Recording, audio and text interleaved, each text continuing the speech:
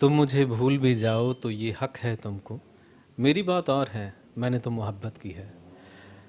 ज़्यादातर ਜਦੋਂ ਚੋਣਾਂ ਆਉਂਦੀਆਂ ਨੇ ਤਾਂ ਇਹ ਜੁਮਲਾ ਦੋਨੋਂ ਪਾਸਿਓਂ ਚੱਲਦਾ ਹੈ। ਨੇਤਾ ਜਿਹੜੇ ਨੇ ਉਹ ਜਨਤਾ ਨੂੰ ਇਹ ਕਹਿੰਦੇ ਨੇ ਕਿ ਮੈਂ ਮੁਹੱਬਤ ਕੀਤੀ ਹੈ, ਜਨਤਾ ਕਹਿੰਦੀ ਹੈ ਕਿ ਅਸੀਂ ਵੀ ਮੁਹੱਬਤ ਕੀਤੀ ਸੀ, ਪਰ ਤੁਸੀਂ ਸਾਡੇ ਨਾਲ ਕੀਤੇ ਹੋਏ ਵਾਅਦੇ ਉਹਨਾਂ ਨੂੰ ਤੋੜ ਨਹੀਂ ਨਿਭਾਇਆ। ਚਾਹੇ ਉਹ ਇਰਾਦੇ ਹੋਣ, ਚਾਹੇ ਉਹ ਵਾਅਦੇ ਹੋਣ, ਤੇ ਵਾਅਦਿਆਂ ਦੇ ਪਿੱਛੇ ਕੀਤੇ ਹੋਏ ਚਾਹੇ ਉਹ ਵਿਵਾਦ ਹੋਣ। ਇਹਨਾਂ ਦੇ ਬਾਰੇ ਜਦੋਂ ਅਸੀਂ ਗੱਲ ਕਰਦੇ ਹਾਂ ਤਾਂ ਬਹੁਤ ਸਾਰੀਆਂ ਤਹਿਾਂ ਖੁੱਲ੍ਹਦੀਆਂ ਨੇ। KPD ਨਿਊਜ਼ ਦੇ ਪ੍ਰੋਗਰਾਮ ਦੇ ਵਿੱਚ ਇੱਕ ਵਾਰੀ ਫੇਰ ਅੱਜ ਅਸੀਂ ਮੁਖਾਤਿਬ ਹੋ ਰਹੇ ਹਾਂ ਸਾਡੇ ਮਾਣਯੋਗ ਮਨੋਰੰਜਨ ਕਾਲੀਆ ਜੀ ਦੇ ਨਾਲ। ਆਓ ਇਹਨਾਂ ਦੇ ਨਾਲ ਗੱਲਬਾਤ ਕਰਦੇ ਹਾਂ ਔਰ ਤਾਜ਼ਾ ਰਾਜਨੀਤਿਕ ਹਾਲਾਤ 'ਚ ਜੋ ਕੁਝ ਵਾਪਰਿਆ ਉਹਦੇ ਬਾਰੇ ਜਾਣਦੇ ਹਾਂ। ਮਨੋਰੰਜਨ ਜੀ, ਸਭ ਤੋਂ ਪਹਿਲੇ ਤਾਂ ਬਹੁਤ ਬਹੁਤ ਸਵਾਗਤ ਜੀ। ਧੰਨਵਾਦ ਜੀ। ਮਨੋਰੰਜਨ ਜੀ, ਇਸ ਵੇਲੇ ਜੋ ਹਾਲਾਤ ਬਣੇ ਹੋਏ ਨੇ, ਮੈਨੂੰ ਯਾਦ ਹੈ ਕਿ ਪਿਛਲੀ ਵਾਰੀ ਵੀ ਜਦੋਂ ਤੁਹਾਡੇ ਨਾਲ ਮੁਲਾਕਾਤ ਹੋਈ ਸੀ ਤਾਂ ਤੁਸੀਂ ਬੜੇ ਬੇਬਾਕ ਲਫ਼ਜ਼ਾਂ 'ਚ ਕਿਹਾ ਸੀਗਾ ਕਿ ਇਹ ਖੇਤੀ ਕਾਨੂੰਨ ਜਿਹੜੇ ਨੇ ਉਹ ਵਾਪਸ ਹੋਣੇ ਚਾਹੀਦੇ ਨੇ, ਔਰ ਉਹਦਾ ਸਿੱਟਾ ਇਹ ਹੋਇਆ ਕਿ ਅੱਜ ਉਹ ਵਾਪਸ ਹੋ ਵੀ ਗਏ ਨੇ। ਪਰ ਵਿਵਾਦ ਜਿਵੇਂ ਕਿ ਕਹਿੰਦੇ ਨੇ ਕਿ ਸ਼ਾਇਦ ਉਹ ਰਾਜਨੀਤੀ ਦੇ ਨਾਲ ਜੁੜਿਆ ਹੋਇਆ ਹੈ, ਉਸ ਤੋਂ ਬਾਅਦ ਵੀ ਤਸੱਲੀ ਨਹੀਂ ਹੋ ਰਹੀ। ਉਸ ਤੋਂ ਬਾਅਦ ਵੀ ਬਹੁਤ ਸਾਰੇ ਮੁੱਦੇ ਖੜੇ ਕੀਤੇ ਜਾਣ ਦੀ ਕੋਸ਼ਿਸ਼ ਕੀਤੀ ਜਾ ਰਹੀ ਹੈ। ਔਰ ਜਿਵੇਂ ਕਿ ਹਾਲ ਹੀ ਦੇ ਵਿੱਚ ਅਸੀਂ ਦੇਖਦੇ ਹਾਂ ਕਿ ਸਾਡੇ ਮਾਣਯੋਗ ਪ੍ਰਧਾਨ ਮੰਤਰੀ ਜੀ ਦੇ ਕਾਫਲੇ ਨੂੰ ਬਾਕਾਇਦਾ ਰੋਕਣ ਦੀ ਕੋਸ਼ਿਸ਼ ਵੀ ਕੀਤੀ ਗਈ ਜਾਂ ਕਿ ਉਹ ਆਪ ਰੁਕੇ। ਇਹ ਸਭ ਕਾਸੇ ਦੇ ਵਿੱਚ ਕੀ ਹੈ ਸੱਚਾਈ? ਤੁਹਾਡੀ ਪਾਰਖੂ ਨਜ਼ਰ ਰਾਜਨੀਤੀ ਦੇ ਪੱਖ ਤੋਂ ਇਹਨੂੰ ਕਿਵੇਂ ਦੇਖਦੀ ਹੈ? ਦੇਖੋ, ਇਸ ਤਰ੍ਹਾਂ ਕਿ ਜਿੱਥੇ ਤੱਕ ਪ੍ਰਧਾਨ ਮੰਤਰੀ ਦੀ ਸਿਕਿਉਰਿਟੀ ਦਾ ਤਾਲੁਕ ਹੈ, ਸੁਰੱਖਿਆ ਦਾ ਤਾਲੁਕ ਹੈ, ਉਹ ਸਰਵਪ੍ਰਿਯ ਹੁੰਦੀ ਹੈ। ਉਹਦੇ 'ਤੇ ਕੋਈ ਵੀ ਚਾਂਸ ਨਹੀਂ ਦਿੱਤਾ ਜਾ ਸਕਦਾ। ਔਰ ਉਹਦੇ ਵਿੱਚ 3 ਏਜੰਸੀਆਂ ਇਨਵੋਲਵ ਹੁੰਦੀਆਂ। ਇੱਕ ਤਾਂ SPG, ਦੂਸਰੀ ਹੈ ਕਿ ਵੀ IB ਇੰਟੈਲੀਜੈਂਸ ਬਿਊਰੋ ਜੀ, ਔਰ ਜਿਹਨੇ ਐਗਜ਼ੀਕਿਊਟ ਕਰਨਾ ਉਹ ਹੈ ਸਟੇਟ ਦੀ ਪੁਲਿਸ। ਹੁਣ ਇਹ ਤਿੰਨੋਂ ਰਲ ਕੇ ਜਿਹੜਾ ਹੈ ਨਾ ਜੀ, ਜੇ ਕਿਤੇ ਜਾਣਾ ਹੁੰਦਾ ਤਾਂ ਉਹ ਸਾਰੀ ਚੀਜ਼ ਸਟ੍ਰੈਟੇਜਾਈਜ਼ ਕਰਦੇ ਆ ਕਿ ਵੀ ਕਿਸ ਤਰ੍ਹਾਂ ਜਾਣਾ। ਔਰ ਉਹਦੇ ਲਈ ਬਲੂ ਬੁੱਕ ਹੁੰਦੀ ਹੈ ਜਿਹਨੂੰ ਮੈਟੀਕੂਲਸਲੀ ਫੋਲੋ ਕਰਨਾ ਹੁੰਦਾ। ਸੋ ਉਸ ਨਾਤੇ ਜੋ ਕੁਝ ਵਾਪਰਿਆ ਬਹੁਤ ਹੀ ਮੰਦਭਾਗਾ। ਔਰ ਸੁਪਰੀਮ ਕੋਰਟ ਨੂੰ ਤੁਸੀਂ ਇਹ ਦੇਖੋ ਕਿ ਬ੍ਰੀਚ ਆਫ ਸਿਕਿਉਰਿਟੀ ਦੇ ਕਾਰਨ ਉਹਨੂੰ ਇੰਟਰਫੇਅਰ ਕਰਨਾ ਪਿਆ। ਸੋ ਉਹਦੇ ਵਿੱਚ ਦੇਖੋ ਗੱਲ ਹੈ ਕਿ ਉਸ ਦਿਨ ਦਾ ਜੋ ਇਨਸੀਡੈਂਟ ਹੋਇਆ ਕਿ ਵੀ ਉਹਨਾਂ ਨੇ ਪਲੇਨ 'ਤੇ ਆਏ, ਬਠਿੰਡਾ ਉਤਰੇ, ਫਿਰ ਉਹਨਾਂ ਨੇ ਫਿਰੋਜ਼ਪੁਰ ਜਾਣਾ ਸੀ, ਬਾਰਿਸ਼ ਸੀ। ਅਤੇ ਜਦੋਂ ਆਮ ਤੌਰ 'ਤੇ ਹੁੰਦਾ ਕਿ 2 ਪਲਾਨ ਹੁੰਦੇ ਆ ਜਦੋਂ ਪ੍ਰਾਈਮ ਮਿਨਿਸਟਰ ਆਉਂਦਾ। ਜੇ ਬਾਈ ਏਅਰ ਜਾਣਾ ਇੱਕ ਹੈ, ਇੱਕ ਬਾਏ ਰੋਡ ਦਾ ਵੀ ਪਲਾਨ ਜਿਹੜਾ ਨਾ ਜੀ ਉਹ ਤਿਆਰ ਰੱਖਦੇ ਆ। ਰਾਦਰ ਇੱਕ ਤੀਸਰਾ ਪਲਾਨ ਵੀ ਹੁੰਦਾ ਬਾਏ ਰੋਡ ਦਾ ਕਿ ਵੀ ਇੱਕ ਰੂਟ ਇਹ ਹੈ, ਦੂਜਾ ਰੂਟ ਇਹ ਹੈਗਾ। ਹੁਣ ਇਹ ਜ਼ਿੰਮੇਵਾਰੀ ਜਿਹੜੀ ਹੈਗੀ ਹੈ, ਇਹ ਜ਼ਿੰਮੇਵਾਰੀ ਹੁੰਦੀ ਹੈ ਸਟੇਟ ਪੁਲਿਸ ਦੀ। ਜੇ ਅਸੀਂ ਕਹੀਏ ਪੰਜਾਬ ਦੇ ਸੰਦਰਭ 'ਚ ਤਾਂ ਇਹ ਜਿਹੜੀ ਹੈਗੀ ਜ਼ਿੰਮੇਵਾਰੀ ਉਹ DGP ਦੀ ਹੈ, ਪੰਜਾਬ ਪੁਲਿਸ ਦੀ ਹੈ ਜੀ। ਔਰ ਤੁਸੀਂ ਇਹ ਵੇਖੋ ਕਿ ਵੀ ਉਦੋਂ ਆਪਣਾ ਬਾਰਿਸ਼ ਸੀਗੀ, ਸੋ ਪ੍ਰਧਾਨ ਮੰਤਰੀ ਨੇ ਔਰ ਉਹਨਾਂ ਦੀ ਜਿਹੜੇ ਸੁਰੱਖਿਆ ਕਰਮੀ ਸੀਗੇ SPG, ਉਹਨਾਂ ਨੇ ਕਿਹਾ ਕਿ ਵੀ ਅਸੀਂ ਬਾਈ ਰੋਡ ਚੱਲਾਂਗੇ। ਹੁਣ ਇਹ ਜ਼ਿੰਮੇਵਾਰੀ ਹੈਗੀ ਹੈ ਕਿ ਵੀ ਪੰਜਾਬ ਪੁਲਿਸ ਦੀ ਕਿ ਵੀ ਉਹ ਪੂਰਾ ਰੂਟ ਜਿਹੜਾ ਹੈ ਨਾ ਜੀ ਅਨਇੰਟਰਪਟਡ ਜਾਵੇ, ਠੀਕ ਹੈ। ਲੇਕਿਨ ਉੱਥੇ ਤੁਸੀਂ ਇਹ ਦੇਖੋ ਕਿ ਵੀ ਇੱਕ ਫਲਾਈਓਵਰ ਦੇ ਉੱਪਰ 20 ਮਿੰਟ ਪ੍ਰਧਾਨ ਮੰਤਰੀ ਦਾ ਕਾਫਲਾ ਰੁਕਿਆ ਰਿਹਾ, ਲੋਕ ਨਾਅਰੇ ਮਾਰਦੇ ਰਹੇ, ਠੀਕ ਹੈ। ਤਾਂ ਉਹ ਜਿਹੜਾ ਹੈਗਾ ਜੋ ਕੁਝ ਹੋਇਆ ਉਹਦੇ ਨਾਲ ਇੱਕ ਬ੍ਰੀਚ ਆਫ ਸਿਕਿਉਰਿਟੀ ਹੈ ਮੈਂ ਕਹਿੰਦਾ, ਔਰ ਇਹ ਬਹੁਤ ਵੱਡਾ ਹੈ। ਔਰ ਤੁਸੀਂ ਇਹ ਦੇਖੋ ਕਿ ਮੁੱਖ ਮੰਤਰੀ ਸਰਦਾਰ ਚਰਨਜੀਤ ਸਿੰਘ ਚੰਨੀ ਨਹੀਂ ਕਹਿੰਦੇ ਕਿ ਉਹਨਾਂ ਨੂੰ ਕੋਈ ਖਤਰਾ ਨਹੀਂ। ਸਵਾਲ ਖਤਰੇ ਦਾ ਨਹੀਂ ਹੈ, ਖਤਰਾ ਤਾਂ ਹੈਗਾ ਹੀ ਹੈ ਜੀ, ਲੇਕਿਨ ਇਹ ਜਿਹੜੀ ਬ੍ਰੀਚ ਆਫ ਸਿਕਿਉਰਿਟੀ ਹੈ ਇਹ ਜਿਹੜਾ ਹੈਗਾ ਨੈਗਲੀਜੈਂਸ ਬਖਸ਼ਣ ਦੇ ਕਾਬਿਲ ਨਹੀਂ ਹੈਗਾ। ਔਰ ਤੁਸੀਂ ਇਹ ਦੇਖੋ ਕਿ ਵੀ DGP ਉਸ ਵਕਤ ਹੈ ਮੂਕ ਦਰਸ਼ਕ ਹੋ ਕੇ ਕੋਈ ਬਿਆਨ ਨਹੀਂ ਦਿੱਤਾ, ਕੋਈ ਕਲੈਰੀਫਿਕੇਸ਼ਨ ਤਾਂ ਦਿਓ। ਮੁੱਖ ਮੰਤਰੀ ਦੇ ਰਿਹਾ, ਮੁੱਖ ਮੰਤਰੀ ਕਹਿ ਰਿਹਾ ਜੀ ਖਤਰਾ ਕੋਈ ਨਹੀਂ ਹੈ। ਖਤਰਾ ਸਵਾਲ ਇਹ ਖਤਰੇ ਦਾ ਨਹੀਂ ਹੈ, ਸਵਾਲ ਇਹ ਹੈਗਾ ਕਿ ਜਿਹੜੀ ਸੁਰੱਖਿਆ ਦਾ ਦਾਇਰਾ ਘੇਰਾ ਹੈ ਉਹ ਭੇਜਿਆ ਗਿਆ। ਹੁਣ ਉਹਦੇ ਵਿੱਚ ਕਿਉਂ ਨਹੀਂ ਰੂਟ ਤੈਅ ਕੀਤਾ ਗਿਆ, ਕਿਉਂ ਨਹੀਂ ਉਹ ਸਾਰਾ ਸੈਨੀਟਾਈਜ਼ ਕੀਤਾ ਗਿਆ, ਠੀਕ ਹੈ ਨਾ। ਇਹ ਜ਼ਿੰਮੇਵਾਰੀ ਸਿੱਧੀ ਜਿਹੜੀ ਹੈਗੀ ਹੈ ਇਹ DGP 'ਤੇ ਆਉਂਦੀ ਹੈ। ਹੁਣ ਚਲੋ ਕਿ ਵੀ ਆਪਣਾ ਸੁਪਰੀਮ ਕੋਰਟ ਨੇ ਦਖਲ ਦਿੱਤਾ ਔਰ ਸਾਰੀ ਰਿਪੋਰਟ ਜਿਹੜੀ ਉਹਨੇ ਜਿਹੜੀ ਹੈਗੀ ਹੈ ਇੱਕ ਕਮੇਟੀ ਬਣਾ ਕੇ ਅਤੇ ਉਹਨਾਂ ਨੇ ਰਿਟਾਇਰਡ ਸੁਪਰੀਮ ਕੋਰਟ ਦੇ ਜੱਜ ਦੀ ਡਿਊਟੀ ਲਗਾਈ ਕਿ ਉਹਦੇ ਦੇਖ ਰੇਖ 'ਚ ਹੋਏਗੀ ਤਾਂ ਇਮੀਡੀਏਟਲੀ ਰਿਪੋਰਟ ਆਏਗੀ। ਸੋ ਸਵਾਲ ਇਹ ਹੈਗਾ ਕਿ ਵੀ ਐਡਾ ਵੱਡੀ ਨੈਗਲੀਜੈਂਸ ਹੋਣਾ ਠੀਕ ਹੈ। ਤੁਸੀਂ ਦੇਖੋ ਮੈਨੂੰ ਯਾਦ ਹੈ ਜਦੋਂ 1992 ਚ ਆਪਣੇ ਕਾਂਗਰਸ ਸਰਕਾਰ ਬਣੀ ਸਰਦਾਰ ਬੇਅੰਤ ਸਿੰਘ ਹੋਣੀ, ਤਾਂ ਉਦੋਂ ਆਤੰਕਵਾਦ ਦਾ ਦੌਰ ਸੀਗਾ। ਉਦੋਂ ਜੇ ਚੀਫ ਮਿਨਿਸਟਰ ਚੱਲਦਾ ਸੀਗਾ ਤੇ ਉਹਦੀ ਜੇ ਜਲੰਧਰ ਆਉਣਾ ਸੀਗਾ, ਚੰਡੀਗੜ੍ਹ ਤੋਂ ਲੱਗ ਕੇ ਪੂਰੇ ਰੂਟ ਦੇ ਉੱਤੇ ਜਿਹੜੀ ਨਾ ਪੁਲਿਸ ਲੱਗੀ ਹੁੰਦੀ ਸੀਗੀ। ਫਿਰ ਉਹਨਾਂ ਨੇ ਕਰਨਾ ਕਿ ਵੀ ਵਿੱਚੋਂ ਟ੍ਰੈਫਿਕ ਜਾਣ ਦੇਣਾ, ਜਦੋਂ ਦੂਰ ਹੋਇਆ ਫਿਰ ਉਹਨਾਂ ਨੇ ਬਿਲਕੁਲ ਟਾਈਟ ਕਰ ਦੇਣਾ ਤੇ ਉਹ ਲੰਘਦੇ ਸੀਗੇ। ਸੋ ਆਪਾਂ ਇਹ ਬਿਲਕੁਲ ਅਸੀਂ ਅਣਗੌਲਿਆ ਕਰ ਦਿੱਤਾ, ਔਰ ਇਹ ਮਾਫੀ ਲਾਇਕ ਨਹੀਂ ਇਹ ਚੀਜ਼। ਇਹਦੀ ਲੋਕਾਂ 'ਚ ਵੀ ਬੜਾ ਰੋਸ਼ ਹੈਗਾ ਕਿ ਵੀ ਜੇ ਪ੍ਰਧਾਨ ਮੰਤਰੀ ਦੀ ਸਿਕਿਉਰਿਟੀ ਜਿਹੜੀ ਹੈਗੀ ਹੈ, ਅਸੀਂ ਉਹ ਬ੍ਰੀਚ ਕੀਤਾ ਹੈਗਾ, ਇਹਨਾਂ ਨੇ ਪੰਜਾਬ ਸਰਕਾਰ ਨੇ ਕੀਤਾ। ਇਹ ਜਿਹੜਾ ਲੋਕਾਂ 'ਚ ਵੀ ਰੋਸ਼ ਹੈਗਾ ਕਿ ਇਹਨਾਂ ਨੇ ਗਲਤ ਕੀਤਾ ਹੈ। ਇੱਕ ਬੜਾ ਬਿਆਨ ਜਿਹੜਾ ਹੈ ਉਹ ਕਾਂਗਰਸ ਪਾਰਟੀ ਵੱਲੋਂ ਬੜਾ ਆ ਰਿਹਾ ਹੈ ਕਿ ਰੈਲੀ 'ਚ ਪਹੁੰਚਿਆ ਕੋਈ ਨਹੀਂ ਸੀਗਾ, ਇਸ ਕਰਕੇ ਇਹ ਰਾਜਨੀਤੀ ਜਿਹੜੀ ਉਹ ਖੇਡੀ ਗਈ, ਖਾਲੀ ਕੁਰਸੀਆਂ ਸੀ। ਗੱਲ ਇਹ ਹੈਗਾ, ਇਹ ਆਪਾਂ ਡਿਫਲੈਕਟ ਕਰ ਰਹੇ ਹਾਂ। ਸਵਾਲ ਇਹ ਹੈਗਾ, ਮੈਂ ਕਹਿੰਦਾ ਪਹੁੰਚਣ ਜਾਂ ਨਾ ਪਹੁੰਚਣ ਦਾ ਇਸ਼ੂ ਨਹੀਂ ਹੈ। ਸਵਾਲ ਹੈਗਾ ਪ੍ਰਧਾਨ ਮੰਤਰੀ, ਜਿਹੜਾ ਤੁਸੀਂ ਸਵਾਲ ਕੀਤਾ ਉਹ ਕੀਤਾ ਹੈਗਾ ਪ੍ਰਧਾਨ ਮੰਤਰੀ ਦੀ ਸੁਰੱਖਿਆ ਦਾ। ਸੁਰੱਖਿਆ ਦੀ ਜਿੱਦ ਤੱਕ ਤਾਲੁਕ ਇਹ ਹੈਗਾ ਕਿ ਵੀ ਉਹ ਤੁਸੀਂ ਬ੍ਰੀਚ ਹੋਇਆ, ਇਹ ਫੈਕਟ ਹੈ। ਉਹ ਤਾਂ ਆਪਾਂ ਪਲੇਕੇਟ ਕਰ ਰਹੇ ਹਾਂ ਕਿ ਆਪਾਂ ਡਿਫਲੈਕਟ ਕਰ ਰਹੇ ਹਾਂ ਕਿ ਸਿਚੁਏਸ਼ਨ ਵੀ ਬੰਦੇ ਨਹੀਂ ਪਹੁੰਚੇ, ਫਲਾਣਾ ਨਹੀਂ ਹੋਇਆ। ਸਵਾਲ ਹੈਗਾ ਤੁਸੀਂ ਦੱਸੋ ਕਿ ਜਵਾਬ ਦਿਓ ਕਿ ਵੀ ਆਪਣਾ ਜਿਹੜਾ ਹੈਗਾ ਕਿ ਵੀ ਸੁਰੱਖਿਆ ਦਾ ਘੇਰਾ ਕਿਉਂ ਟੁੱਟਿਆ, ਕਿਉਂ ਨਹੀਂ ਪ੍ਰੋਪਰ ਇੰਪਲੀਮੈਂਟੇਸ਼ਨ ਹੋਈ। ਇਹਦੀ ਜ਼ਿੰਮੇਵਾਰੀ ਸਿੱਧੀ ਜਿਹੜੀ ਹੈਗੀ ਹੈ ਉਹ ਪੰਜਾਬ ਸਰਕਾਰ ਦੀ ਹੈ। ਸੋ ਬਜਾਏ ਉੱਤੇ ਰਾਜਨੀਤੀ ਕਰਨ ਦੇ, ਜਿਹੜੀ ਰਾਜਨੀਤੀ ਕਰਦੇ ਪਏ ਆ, ਬਜਾਏ ਕਿ ਵੀ ਤੁਸੀਂ ਉਹਦੀ ਮੰਨੋ ਕਿ ਵੀ ਇਹ ਗਲਤ ਹੋਇਆ ਔਰ ਉਹਦੀ ਜ਼ਿੰਮੇਵਾਰੀ ਫਿਕਸ ਕੀਤੀ ਜਾਣੀ ਚਾਹੀਦੀ ਹੈ। ਉਹਦੇ ਉੱਤੇ ਰਾਜਨੀਤੀ ਹੋ ਰਹੀ ਜੀ, ਫਲਾਣਾ ਨਹੀਂ ਆਇਆ ਜੀ, ਇਹ ਨਹੀਂ ਆਇਆ, ਇਸੇ ਲਈ ਨਹੀਂ ਆਇਆ ਜੀ। ਸਵਾਲ ਤਾਂ ਸਿਕਿਉਰਿਟੀ ਦਾ। ਜੇ ਸਿਕਿਉਰਿਟੀ ਬ੍ਰੀਚ ਨਾ ਹੁੰਦੀ ਫਿਰ ਇਸ਼ੂ ਨਹੀਂ ਰਹਿਣਾ ਸੀਗਾ, ਫਿਰ ਤੁਹਾਡੀ ਗੱਲ ਜਾਇਜ਼ ਸੀਗੀ।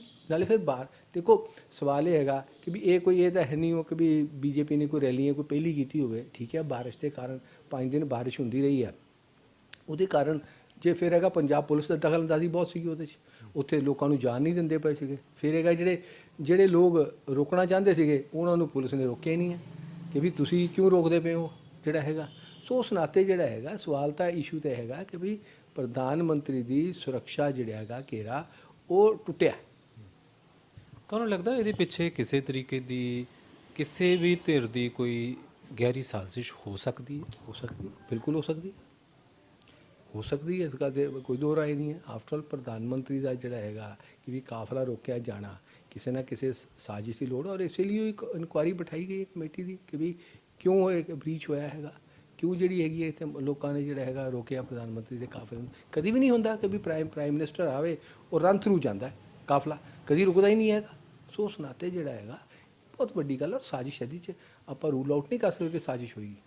ਤੁਹਾਨੂੰ ਲੱਗਦਾ ਹੈ ਕਿ ਜਿਹੜੀ ਗੱਲ ਇੱਕ ਆਮ ਲੋਕਾਂ ਦੇ ਵਿੱਚ ਜਾਂਦੀ ਹੈ ਕਿ ਰਾਸ਼ਟਰਪਤੀ ਰਾਜ ਜਿਹੜਾ ਹੈ ਉਹ ਪੰਜਾਬ ਦੇ ਵਿੱਚ ਲੱਗ ਜਾਏਗਾ ਜਾਂ ਲਗਾਉਣ ਦੀ ਤਿਆਰੀ ਦੇ ਵਿੱਚ ਹੈ ਭਾਜਪਾ, ਕੀ ਇਦਾਂ ਦਾ ਤੁਹਾਨੂੰ ਵੀ ਲੱਗਦਾ? ਗੱਲ ਇਹ ਸਵਾਲ ਬੇਮੈਨੇ ਹੈ। ਹੁਣ ਕੋਡ ਆਫ ਕੰਡਕਟ ਲੱਗ ਚੁੱਕਾ ਦਾ, ਠੀਕ ਹੈ ਨਾ ਜੀ, ਅਤੇ ਹੁਣ ਤਾਂ ਜਿਹੜਾ ਹੈਗਾ ਸਭ ਚੀਜ਼ਾਂ ਇਲੈਕਸ਼ਨ ਕਮਿਸ਼ਨ ਆਫ ਇੰਡੀਆ ਦੇ ਜਿਹੜਾ ਹੈਗਾ ਉਹਦੇ ਤਹਿਤ ਚੱਲਦੀਆਂ ਪਈਆਂ ਹੈਗੀਆਂ ਸਾਰਾ ਪ੍ਰੋਸੈਸ਼ਨ। ਸੋ ਰਾਸ਼ਟਰਪਤੀ ਰਾਜ ਦਾ ਤਾਂ ਕੁਐਸਚਨ ਹੀ ਡਜ਼ਨਟ ਰਾਈਜ਼। ਚੋਣਾਂ ਦੀ ਹੁਣ ਤੁਸੀਂ ਆਪ ਹੀ ਗੱਲ ਛੇੜੀ, ਤਾਂ ਭਾਜਪਾ ਵੱਲੋਂ ਅਜੇ ਤੱਕ ਕੋਈ ਸੂਚੀ ਜਾਰੀ ਨਹੀਂ ਕੀਤੀ ਗਈ।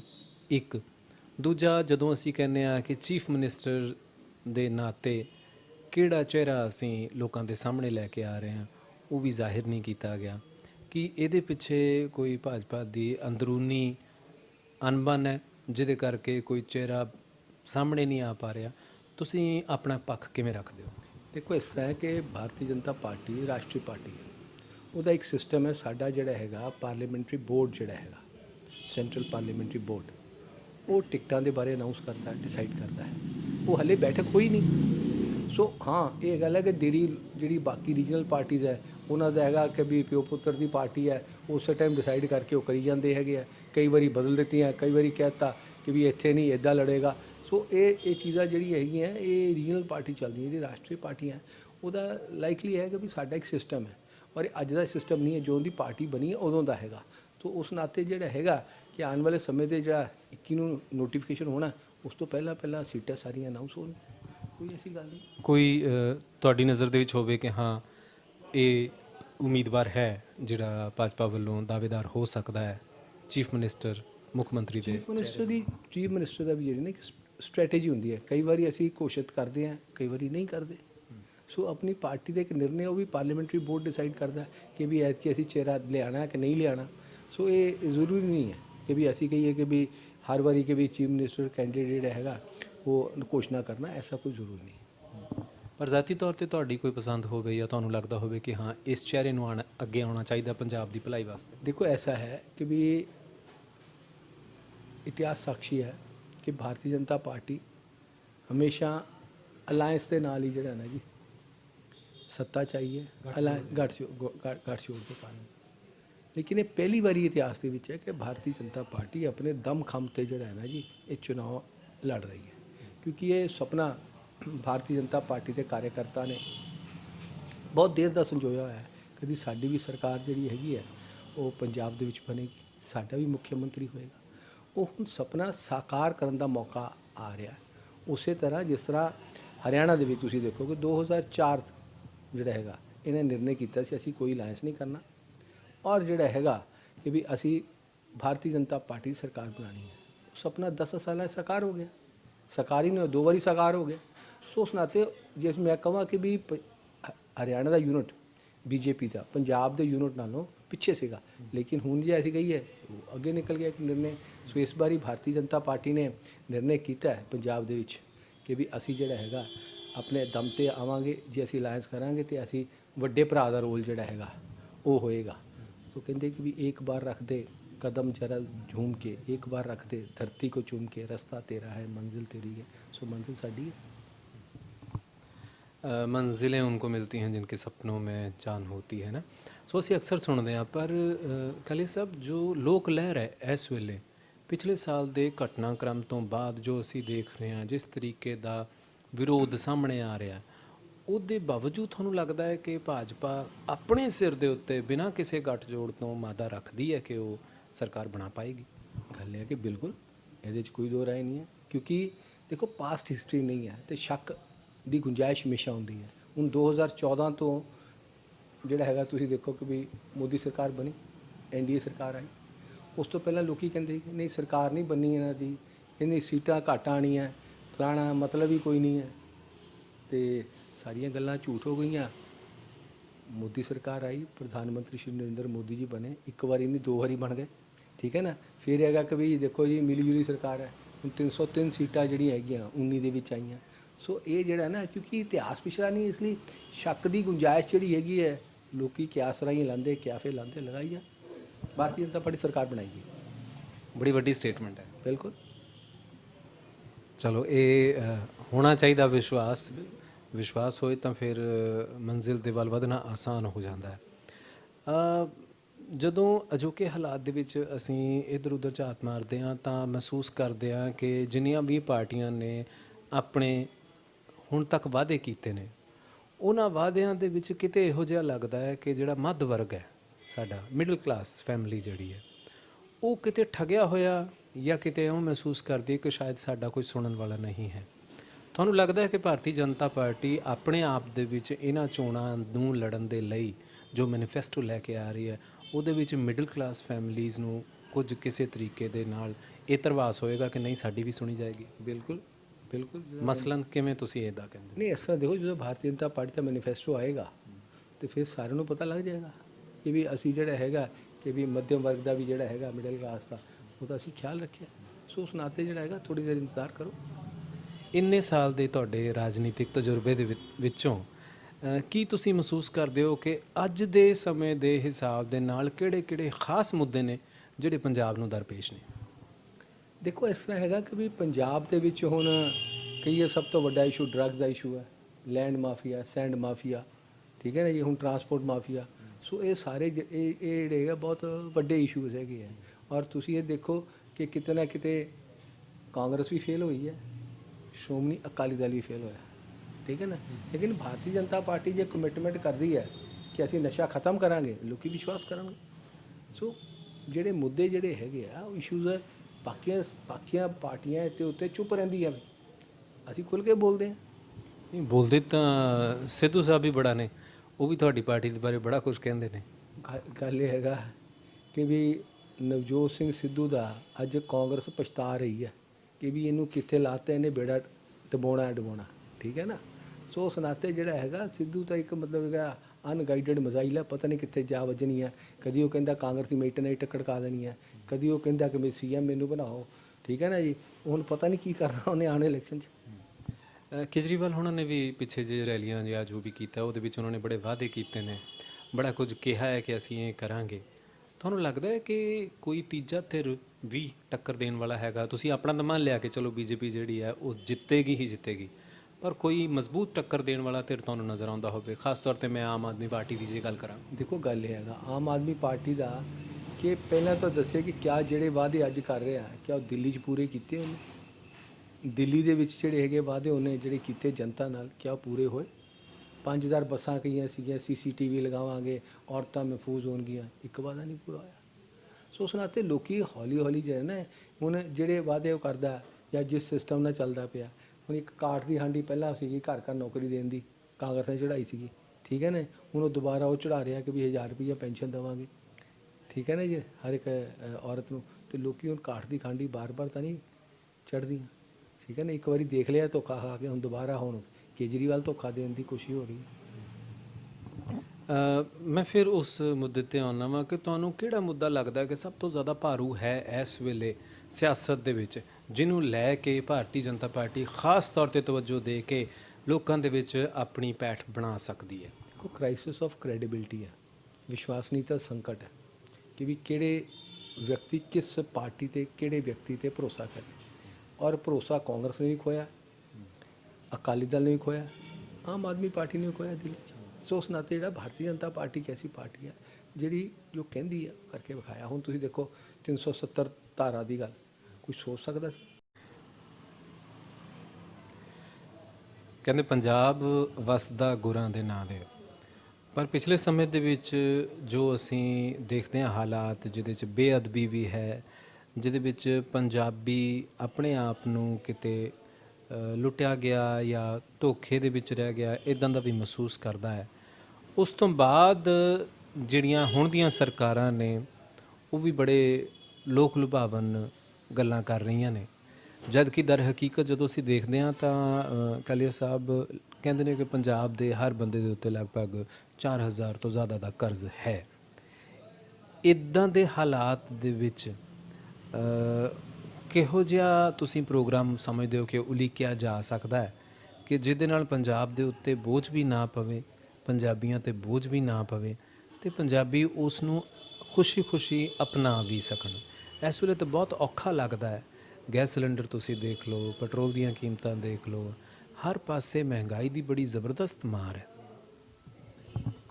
ਦੇਖੋ ਵਜ੍ਹਾ ਫਰਮਾਇਆ ਤੁਸੀਂ। ਦੇਖੋ ਜਿਹੜੇ ਪਿਛਲੇ ਹਾਲਾਤ ਗਏ 3 ਸਾਲ ਕਰੋਨਾ ਪੀਰੀਅਡ ਦੇ ਨਾਲ ਇਕੋਨਮੀ ਠੱਪ ਹੋ ਗਈ, ਠੀਕ ਹੈ ਨਾ ਜੀ। ਹੁਣ ਸਵਾਲ ਇਹ ਹੈਗਾ ਕਿ ਵੀ ਕਹਿੰਦਾ ਜਾਨ ਹੈ ਜਹਾਨ ਹੈ, ਜਾਨ ਦੇ ਲਾਲੇ ਪਏ ਹੋਏ ਸੀ, ਠੀਕ ਹੈ ਨਾ ਜੀ। ਹੁਣ ਇਹਨਾਂ ਹਾਲਾਤਾਂ ਦੇ ਵਿੱਚ ਜਿਹੜਾ ਹੈਗਾ ਕਿ ਨੈਚੁਰਲ ਸਟੇਟ ਦੇ ਵੀ ਹਾਲਤ ਹੋਈ ਹੁੰਦੀ ਹੈ।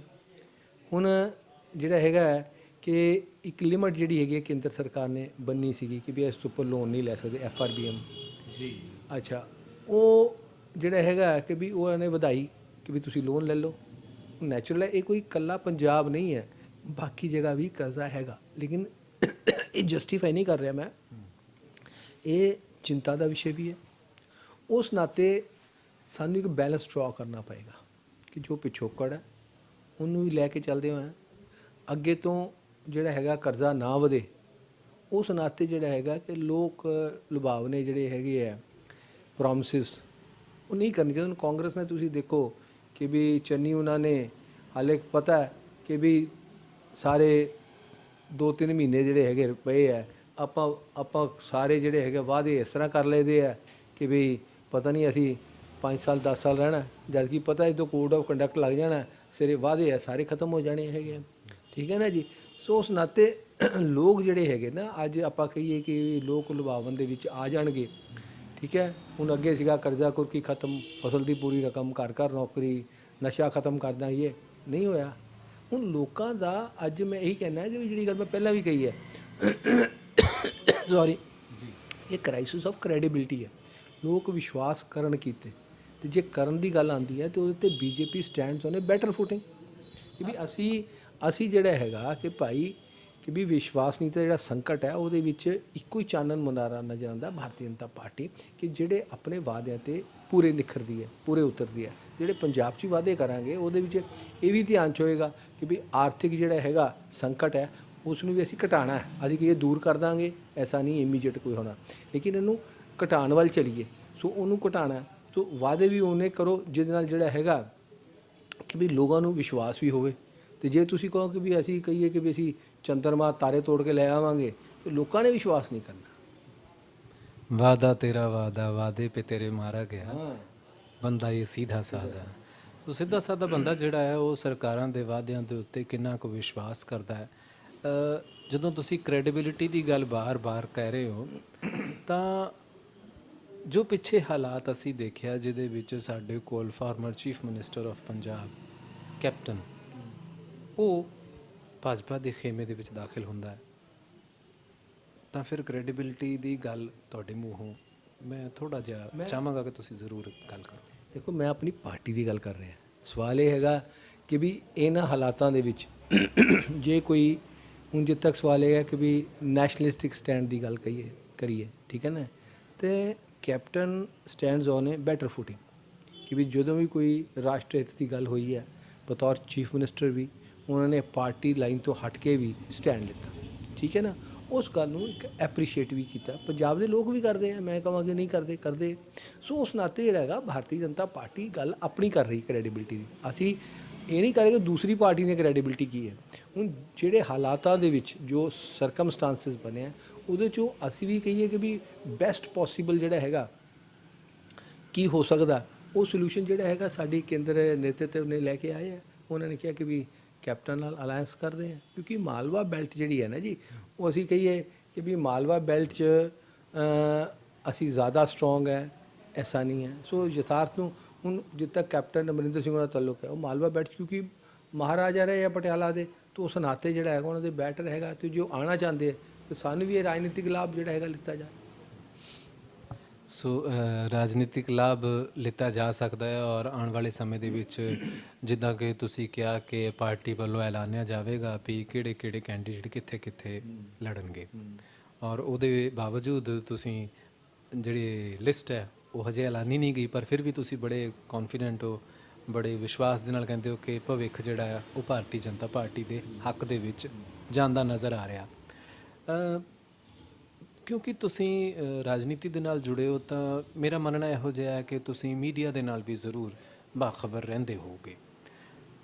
ਕੁਝ ਰਿਜ਼ਲਟ ਜਿਹੜੇ ਜਿਹਨੂੰ ਕਹਿੰਦੇ ਨੇ ਕਿ ਪ੍ਰੀ ਪੋਲ ਰਿਜ਼ਲਟ ਕੁਝ ਚੈਨਲਸ ਵੱਲੋਂ ਜਿਹੜੇ ਕੀਤੇ ਗਏ ਨੇ, ਉਹਨਾਂ ਦੇ ਵਿੱਚ ਭਾਰਤੀ ਜਨਤਾ ਪਾਰਟੀ ਦਾ ਸਟੈਂਡ ਕੋਈ ਬਹੁਤ ਅੱਗੇ ਜਾਂ ਜਿੱਦਾਂ ਤੁਸੀਂ ਕਹਿ ਰਹੇ ਹੋ ਨਜ਼ਰ ਤਾਂ ਨਹੀਂ ਆ ਰਿਹਾ। ਉਹਨਾਂ ਦੇ ਆਪਣੇ ਪੈਰਾਮੀਟਰ ਹੋਣਗੇ ਉਹਨੂੰ ਜੱਜ ਕਰਨ ਦੇ, ਪਰ ਉਹਨਾਂ ਦੇ ਵਿੱਚ ਭਾਰਤੀ ਜਨਤਾ ਪਾਰਟੀ ਕਿਤੇ ਖੜਦੀ ਨਜ਼ਰ ਨਹੀਂ ਆ ਰਹੀ। ਕੀ ਤੁਸੀਂ ਇਹ ਮਹਿਸੂਸ ਕੀਤਾ ਜਾਂ ਦੇਖਿਆ, ਤੁਹਾਡੀ ਨਜ਼ਰ ਦੇ ਵਿੱਚ ਆਇਆ? ਦੇਖੋ, ਉਹਦਾ ਕਾਰਨ ਇਹ ਹੈ ਜਿਹੜੇ ਪ੍ਰੀ ਪੋਲ ਜਿਹੜੇ ਹੈਗੇ ਤੁਹਾਡੇ ਆਪਣੇ ਆਉਂਦੇ ਪਏ ਸਰਵੇ ਓਪੀਨੀਅਨ ਪੋਲਸ ਆਉਂਦੇ ਆ, ਇਹ ਪੋਲ 2014 'ਚ ਵੀ ਆਏ ਸੀ ਪਹਿਲਾਂ। ਉਹਦੇ ਸਰਕਾਰ ਨਹੀਂ ਬਣਾਉਂਦੇ ਸੀਗੇ ਭਾਰਤੀ ਜਨਤਾ ਪਾਰਟੀ ਦੀ, ਸਾਰੇ ਗਲਤ ਹੋ ਗਏ, ਠੀਕ ਹੈ ਨਾ ਜੀ। ਤੇ ਭਾਰਤੀ ਜਨਤਾ ਪਾਰਟੀ ਸਰਕਾਰ ਬਣੀ, ਤਾਂ ਇਹ ਵੀ ਗਲਤ ਹੋਣੇ ਸਾਰੇ ਕਿ ਭਾਰਤੀ ਜਨਤਾ ਪਾਰਟੀ ਦਾ ਜਿਹੜਾ ਹੈਗਾ ਕਿ ਅਸਤਿਤਵ ਕਿ ਵੀ ਆਉਣ ਵਾਲੇ ਸਮੇਂ ਦੇ ਵਿੱਚ ਭਾਰਤੀ ਜਨਤਾ ਪਾਰਟੀ ਸਰਕਾਰ ਬਣੇਗੀ, ਮੈਂ ਪੂਰਾ ਆਸ਼ਾਵਾਨ ਹਾਂ। ਦੂਜੇ ਪਾਸੇ ਕਿਹਾ ਜਾਂਦਾ ਵੀ ਉਹ ਗੋਦੀ ਮੀਡੀਆ ਜਾਂ ਮੋਦੀ ਮੀਡੀਆ ਜਿਹਨੂੰ ਕਹਿੰਦੇ ਹੈਗੇ ਆ, ਪਰ ਰਿਜ਼ਲਟ ਜਿਹੜੇ ਹੈ ਇਹ ਉਸੇ ਗੋਦੀ ਮੀਡੀਆ ਜਾਂ ਮੋਦੀ ਮੀਡੀਆ ਵੱਲੋਂ ਹੀ ਆ ਰਹੇ ਨੇ ਕਿ ਰੁਝਾਨ ਜਿਹੜੇ ਨੇ ਆਉਣ ਵਾਲੇ ਸਮੇਂ 'ਚ ਭਾਰਤੀ ਜਨਤਾ ਪਾਰਟੀ ਦੇ ਪੱਖ 'ਚ ਨਹੀਂ ਨਜ਼ਰ ਆ ਰਹੇ। ਗੱਲ ਇਹ ਹੈ ਕਿ ਗੋਦੀ ਮੀਡੀਆ ਮੋਦੀ ਮੀਡੀਆ, ਠੀਕ ਹੈ ਨਾ ਜੀ, ਇਹ ਇੱਕ ਆਪੋਜੀਸ਼ਨ ਨੇ ਹਵਾ ਫੈਲਾਈ ਹੋਈ ਹੈ, ਠੀਕ ਹੈ ਨਾ। ਜਿਵੇਂ ਗੋਦੀ ਮੀਡੀਆ ਮੋਦੀ ਮੀਡੀਆ 14 ਦੇ ਵਿੱਚ ਜਿੰਨੇ ਸਰਵੇਜ਼ ਹੋਏ ਉਹ ਗਲਤ ਸਾਬਤ ਹੋਏ, ਫਿਰ ਉਹ ਗੋਦੀ ਮੀਡੀਆ ਕਿੱਥੇ ਗਿਆ ਸੀਗਾ, ਮੋਦੀ ਮੀਡੀਆ ਕਿੱਥੇ ਸੀਗਾ, ਨਹੀਂ ਸੀ। ਇਹ ਸੱਚਾਈ ਤੋਂ ਦੂਰ ਹੈ। ਸੋ ਉਸ ਨਾਤੇ ਫਿਰ 19 'ਚ ਵੀ ਤੁਸੀਂ ਦੇਖੋ, 19 'ਚ ਵੀ ਕਿਹੜਾ ਕਹਿੰਦਾ ਸੀਗਾ ਕਿ ਵੀ ਭਾਰਤੀ ਜਨਤਾ ਪਾਰਟੀ ਆਪਣੇ ਦਮ ਦੇ ਉੱਤੇ ਇੰਨੀ ਸੀਟਾਂ ਲੈ ਜਾਏਗੀ, 303 ਸੀਟਾਂ, ਠੀਕ ਹੈ ਨਾ। ਉਦੋਂ ਵੀ ਇਹ ਗੋਦੀ ਮੀਡੀਆ ਮੋਦੀ ਮੀਡੀਆ ਜਿਹੜਾ ਅਲੈਜ ਕਰਦੇ ਹੋ ਕਿ ਵੀ ਜੇ ਸਹੀ ਗੱਲ ਹੁੰਦੀ ਤਾਂ ਫਿਰ ਜਿਹੜਾ ਹੈਗਾ ਕਿ ਵੀ ਸਹੀ ਆંકੜੇ ਆਉਂਦੇ। ਤਾਂ ਉਸ ਨਾਤੇ ਜਿਹੜਾ ਹੈਗਾ ਇਹ ਇੱਕ ਭਰਮ ਫੈਲਾਇਆ ਹੋਇਆ ਹੈ, ਇੱਕ ਦੁਸ਼ਪ੍ਰਚਾਰ ਹੈ ਆਪੋਜੀਸ਼ਨ ਦਾ ਕਿ ਵੀ ਭਾਰਤੀ ਜਨਤਾ ਪਾਰਟੀ ਦਾ ਜਾਂ ਸ਼੍ਰੀ ਨਰਿੰਦਰ ਮੋਦੀ ਦਾ ਕਿ ਵੀ ਇਹਨਾਂ ਦੇ ਵੱਸ 'ਚ ਹੈਗਾ। ਐਸਾ ਕੋਈ ਗੱਲ ਨਹੀਂ ਹੈ, ਉਹ ਇੱਕ ਇੰਡੀਪੈਂਡੈਂਟ ਹੈਗਾ, ਕੰਮ ਕਰਦੇ ਆ। ਉਹਨਾਂ ਦੇ ਸਰਵੇ ਗਲਤ ਝੁਠਲਾਏ ਅਸੀਂ ਰਾਦਰ ਕਿ ਵੀ ਉਹਨੇ ਝੂਠ ਬੋਲਿਆ ਸੀਗਾ। ਜਿੰਨਾ ਚਿਰ ਤੱਕ ਨਤੀਜੇ ਨਹੀਂ ਆ ਜਾਂਦੇ, ਚੋਣ ਜਾਬਤਾ ਲੱਗ ਚੁੱਕਾ ਹੈ ਔਰ ਨਤੀਜੇ ਆਉਣ ਤੋਂ ਬਾਅਦ ਤੱਕ ਕੌਣ ਕੁਰਸੀ ਦੇ ਉੱਤੇ ਕਾਬਜ਼ ਹੁੰਦਾ ਹੈ, ਉਦੋਂ ਤੱਕ ਕੁਝ ਵੀ ਕਿਹਾ ਨਹੀਂ ਜਾ ਸਕਦਾ। ਰਾਜਨੀਤੀ 'ਚ ਬਹੁਤ ਕੁਝ ਉਠਾਪਟਕ ਹੁੰਦੀ ਹੈ, ਬਹੁਤ ਕੁਝ ਰੁਝਾਨ ਇਹੋ ਜਿਹੇ ਆਉਂਦੇ ਨੇ ਜਿਹੜੇ ਸੋਚੇ ਸਮਝੇ ਵੀ ਨਹੀਂ ਹੁੰਦੇ। ਬਹਰਹਾਲ ਅੱਜ ਦੇ ਇਸ ਮੁਖਤਸਰ ਜਿਹੇ ਸਮੇਂ ਦੇ ਵਿੱਚ ਤੁਸੀਂ ਜੋ ਗੱਲਾਂ ਸਾਡੇ ਨਾਲ ਸਾਂਝੀਆਂ ਕੀਤੀਆਂ, ਤੁਹਾਨੂੰ ਲੱਗਦਾ ਕਿ ਕੋਈ ਗੱਲ ਰਹਿ ਗਈ ਜਿਹੜੀ ਅਜੇ ਵੀ ਪੂਰੀ ਜੇ ਤੁਸੀਂ ਕਹਿਣਾ ਚਾਹੁੰਦੇ ਹੋਵੋ, ਕਿਉਂਕਿ ਵਕਤ ਜਿਹੜਾ ਹੁਣ ਸਾਨੂੰ ਕਹਿ ਰਿਹਾ ਕਿ ਅਸੀਂ ਹੁਣ ਪ੍ਰੋਗਰਾਮ ਨੂੰ ਵਾਈਂਡ ਅਪ ਕਰੀਏ। ਦੇਖੋ, ਇੱਕ ਤਾਂ ਇਹ ਹੈ ਕਿ ਕਾਂਗਰਸ ਦਾ ਜਾਣਾ ਤੈਅ ਹੈ, ਠੀਕ ਹੈ ਨਾ। ਪੰਜਾਬ 'ਚੋਂ ਜਾਂ ਦੇਸ਼ 'ਚੋਂ? ਪੰਜਾਬ 'ਚੋਂ ਵੀ, ਦੇਸ਼ 'ਚੋਂ ਤਾਂ ਜਾ ਚੁੱਕੀ ਦੀ ਹੈ। ਤੁਸੀਂ ਇਹ ਦੱਸੋ, ਕੋਈ ਬੰਦਾ ਕਹਿੰਦਾ ਕਿ ਵੀ ਆਉਣ ਵਾਲੇ ਚੋਣਾਂ ਦੇ ਵਿੱਚ ਜਿਹੜਾ ਹੈਗਾ 24 ਦੇ ਵਿੱਚ ਕਿ ਵੀ ਕਾਂਗਰਸ ਆਊਗੀ? ਮਤਲਬ ਹੀ ਕੋਈ ਨਹੀਂ ਹੈ। ਜਦ ਤੱਕ ਰਾਹੁਲ ਗਾਂਧੀ ਦੀ ਲੀਡਰਸ਼ਿਪ ਹੈਗੀ ਹੈ, ਮਤਲਬ ਹੀ ਕੋਈ ਨਹੀਂ ਹੈ। ਸੋ ਉਸ ਨਾਤੇ ਉੱਪਰਲਾ ਦਾ ਕੰਮ ਖਤਮ ਹੈ। ਪੰਜਾਬ 'ਚੋਂ ਵੀ ਸੂਫੜਾ ਸਾਫ਼ ਹੋਣਾ, ਠੀਕ ਹੈ ਨਾ। ਔਰ ਭਾਰਤੀ ਜਨਤਾ ਪਾਰਟੀ ਜਿਹੜੀ ਹੈਗੀ ਹੈ, ਉਹ ਪੰਜਾਬ ਦਾ ਵੀ ਭਵਿੱਖ ਹੈ, ਦੇਸ਼ ਦਾ ਭਵਿੱਖ ਹੈ।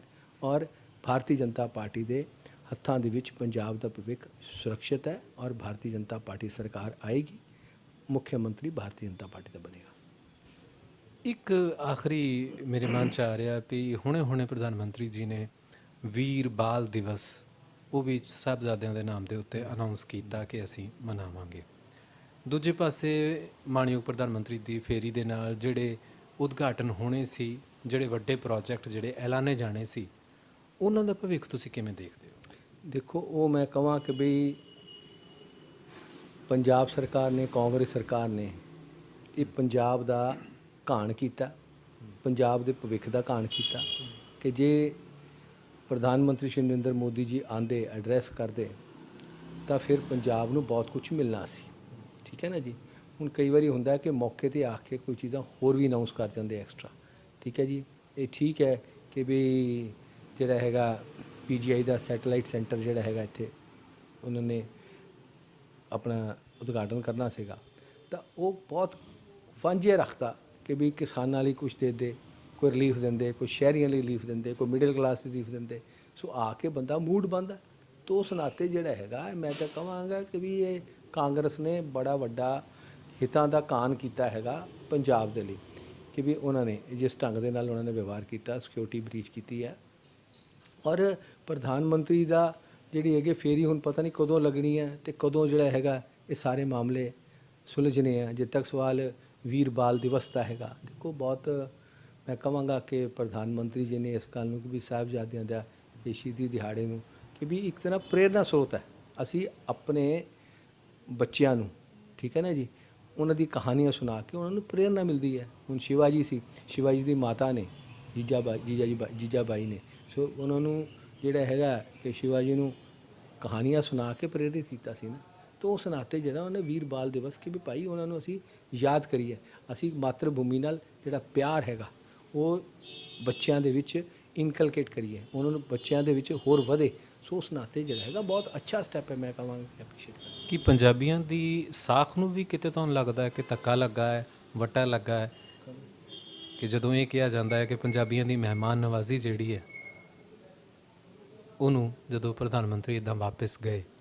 ਬਿਲਕੁਲ ਹੈ, ਕਿਉਂਕਿ ਪੰਜਾਬੀ ਜਿਹੜਾ ਹੈਗਾ ਉਹ ਮਹਿਮਾਨ ਨਿਵਾਜ਼ੀ ਲਈ ਜਿਹੜਾ ਹੈਗਾ ਬਿਲਕੁਲ ਜਾਣਿਆ ਜਾਂਦਾ। ਸੋ ਉਸ ਨਾਤੇ ਅਸੀਂ ਜਿਹੜਾ ਹੈਗਾ ਕਿ ਵੀ ਮਹਿਮਾਨ ਨਿਵਾਜ਼ੀ ਕਰਨ ਦੀ ਬਜਾਏ ਅਸੀਂ ਉਹਨਾਂ ਨੂੰ ਵਾਪਸ ਭੇਜਤਾ ਜਿਹੜਾ ਹੈਗਾ। ਤਾਂ ਉਸ ਨਾਤੇ ਜਿਹੜਾ ਹੈ ਕਿ ਵੀ ਇਸ ਗੱਲ ਦਾ ਮੈਂ ਕਹਾਂਗਾ ਕਿ ਵੀ ਕਾਂਗਰਸ ਸਰਕਾਰ ਪੂਰੀ ਰਿਸਪੌਂਸਿਬਲ ਹੈ। ਜ਼ਿੰਮੇਵਾਰੀਆਂ ਤਾਂ ਆਉਣ ਵਾਲੇ ਸਮੇਂ ਦੇ ਵਿੱਚ ਕੌਣ ਤੈਅ ਕਰੇਗਾ, ਕਿੱਦਾਂ ਤੈਅ ਕਰੇਗਾ, ਇਹ ਸੋਚਣ ਵਾਲੀ ਗੱਲ ਹੈ। ਔਰ ਜਦੋਂ ਕਿ ਅੱਜ ਦੇ ਸਮੇਂ ਦੇ ਵਿੱਚ ਸੁਪਰੀਮ ਕੋਰਟ ਖੁਦ ਇਹੋ ਜਿਹੇ ਮਾਮਲਿਆਂ 'ਚ ਦਖਲ ਦੇ ਰਿਹਾ ਤਾਂ ਸਾਨੂੰ ਜ਼ਰੂਰ ਸੋਚਣਾ ਪਏਗਾ ਕਿ ਭਵਿੱਖ ਕਿਵੇਂ ਹੋਏਗਾ। ਬਹਰਹਾਲ ਕਾਲੀਆ ਸਾਹਿਬ, ਤੁਸੀਂ ਬੜੇ ਖੂਬਸੂਰਤ ਅੰਦਾਜ਼ ਦੇ ਵਿੱਚ ਬੜੀ ਵਡਮੁੱਲੀ ਜਾਣਕਾਰੀ ਸਾਡੇ ਨਾਲ ਸਾਂਝੀ ਵੀ ਕੀਤੀ, ਸਾਨੂੰ ਇੱਕ ਵੱਖਰੇ ਨੁਕਤੇ ਤੋਂ ਗੱਲਾਂ ਨੂੰ ਸਮਝਾਇਆ ਵੀ। ਉਮੀਦ ਕਰਦੇ ਹਾਂ ਕਿ ਤੁਹਾਡੀਆਂ ਗੱਲਾਂ ਸਾਡੇ ਦਰਸ਼ਕਾਂ ਨੂੰ ਜ਼ਰੂਰ ਪਸੰਦ ਆਈਆਂ ਹੋਣਗੀਆਂ। KPD ਨਿਊਜ਼ ਦੇ ਵਿੱਚ ਅੱਜ ਇੰਨਾ ਸਮਾਂ ਦੇਣ ਦੇ ਲਈ ਤੁਹਾਡਾ ਬਹੁਤ ਬਹੁਤ ਸ਼ੁਕਰੀਆ। ਧੰਨਵਾਦ ਜੀ।